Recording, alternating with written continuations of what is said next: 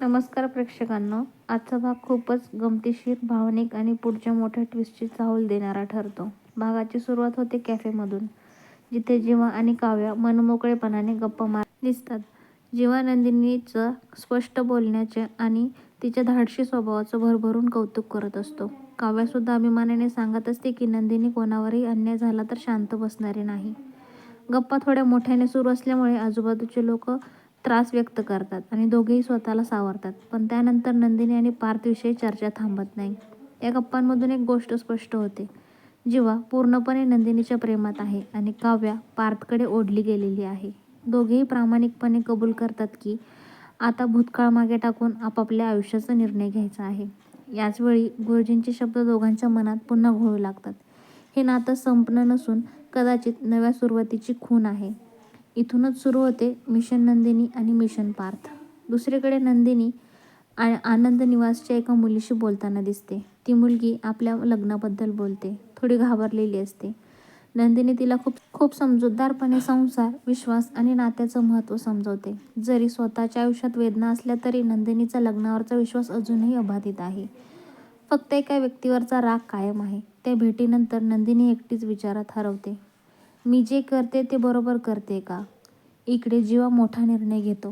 तो ठरवतो की नंदिनीला समजवण्यासाठी, तिचं प्रेम पुन्हा जिंकण्यासाठी तो थेट तिच्याच घरात जाऊन राहणार. तो बॅकपॅक करताना नंदिनीच्या फोटोशी बोलतो. स्वतःलाच धीर देतो. आईशी संवादात त्याची जिद्द स्पष्ट दिसते. नंदिनी माफ करेपर्यंत येण्याचा निर्धार करतो. दुसरीकडे काव्यासुद्धा बॅग भरते. ती ठरवते की पार्थकडे जाऊन थेट आपल्या भावना मांडायच्या, पळ काढायचा नाही. यानंतर भावनिक क्षण येतो.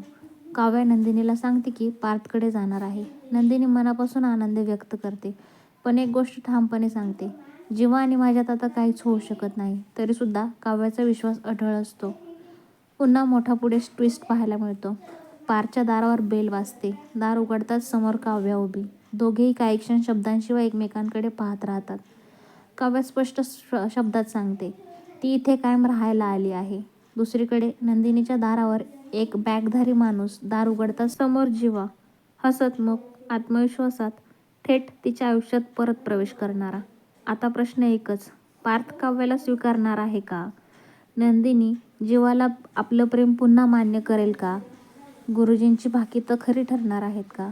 हे सगळं पाहण्यासाठी पाहत राहा लग्नानंतर होईलच प्रेम. उद्या येतोय अजून मोठा आणि अजून धक्कादायक भाग घेऊन. तोपर्यंत मित्रांनो, आपल्या चॅनलला सबस्क्राईब करायला विसरू नका. तुम्हाला जर रिव्ह्यू आवडला असेल तर नक्की कमेंटमध्ये तुमचं मत कळवा. चॅनलला लाईक करा, सबस्क्राईब करा आणि कमेंट करा. धन्यवाद.